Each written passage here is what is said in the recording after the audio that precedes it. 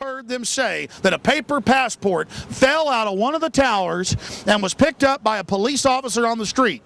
This plane flies into the building, explodes with jet fuel out of the guy's jacket, goes through the fireball, through the side of the plane, out of the burning building, out of the fire shooting out, and comes down to the ground unscathed.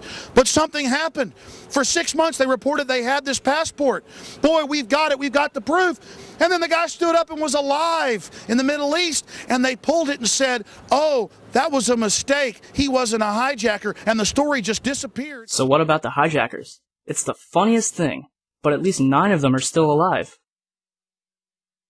Walid al-Shari is a Saudi Airlines pilot in Casablanca, Morocco. Wael M. al-Shari is alive and well. Abdulaziz al-Amari is a Saudi Airlines pilot living in Saudi Arabia. Mohand al-Shari is alive in Saudi Arabia. Khalid al-Madar is a computer programmer in Mecca. Salam al-Hamzi works at a chemical plant in Yanbo, Saudi Arabia. Saeed al-Ghamdi is training to be a pilot in Tunis. Ahmed al-Nami is an administrative supervisor for Saudi Airlines.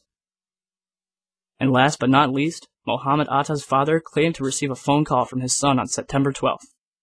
14 of the hijackers based their training in Florida, and the 5 that allegedly hijacked Flight 77 lived in a motel right outside the gates of the NSA. Not to mention, the official autopsy report for Flight 77 does not list the hijackers. And the opening paragraph makes no mention of their absence.